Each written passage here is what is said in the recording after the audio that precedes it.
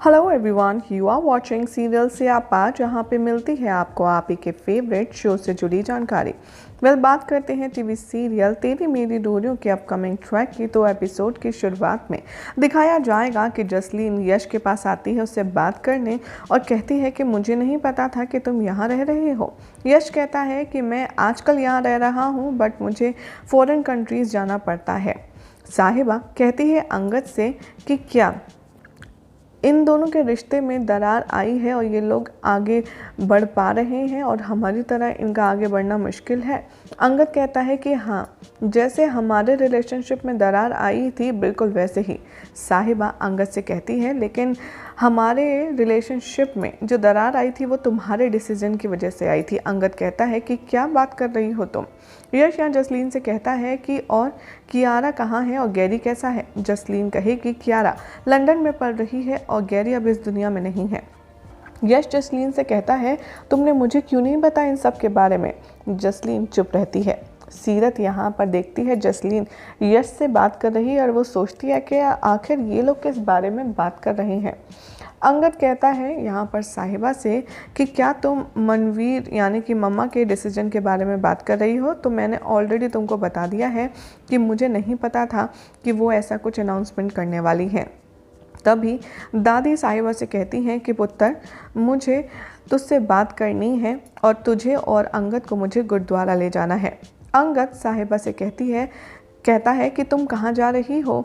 हम गुरुद्वारे से आ रहे हैं। साहिबा चुप रहती है। अंगद कहता है साहिबा से कि तुम्हें घर चलना चाहिए और तुम्हें जो कुछ हुआ है उसके बाद बाहर हम रहने नहीं दे सकते अकेले। मनवीर कहती है सीरत से कि चलो हमें साहिबा से पहले ही घर चलना चाहिए ताकि हम साहिबा का वेलकम कर पाएँ। जब जोत यहाँ जसलीन से कहती है कि क्या तुम यश के बारे में सोच रही हो। जसलीन कहती है हाँ। जसलीन तभी सब कुछ याद करती है जो कुछ हुआ था उसके बारे में। इधर दिखाया जाएगा कि यश अकाल के पास आएगा और रिक्वेस्ट करेगा कि क्या आप हमें 10 लाख रुपए का म्यूज़िक स्टूडियो सेटअप दे सकते हैं। और तभी अकाल याद दिलाता है जसलीन के वर्ड्स की कैसे वो तुम्हारा डिसीजन था कि तुम्हें यश से शादी करनी है और तुम्हें ये सारे कॉन्सिक्वेंसेस फेस ऑफ करने होंगे। जसलीन रिक्वेस्ट करती है दारजी से कि आप प्लीज़ यश को पैसे दे दीजिए, लेकिन वो नहीं माने। जसलीन कहती है दारजी से कि अगर आपने तब दे दिए होते पैसे तो मेरी शादी बर्बाद नहीं होती और मैं भी अच्छे से रह रही होती। दारजी याद दिलाते हैं जसलीन को कि वो तुम्हारा डिसीजन था अपने हस्बैंड को छोड़ना जब वो स्ट्रगलिंग पीरियड में था। और दिखाया जाता है कि जसलीन बहुत ज़्यादा पैसे बहाती थी बिल्कुल नदी की तरह और यश यहाँ पर म्यूज़िक इंडस्ट्री में ब्रेक के लिए बहुत ज़्यादा कोशिश कर रहा था।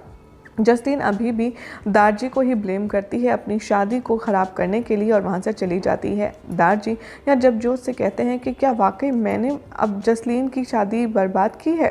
हंसराज यहाँ पर साहिबा से कहते हैं कि अब तुम सिर्फ यहाँ रहोगी। साहिबा कहती है कि नहीं, मैं ये घर छोड़कर चली जाऊंगी जब अंगद की तबीयत ठीक हो जाएगी।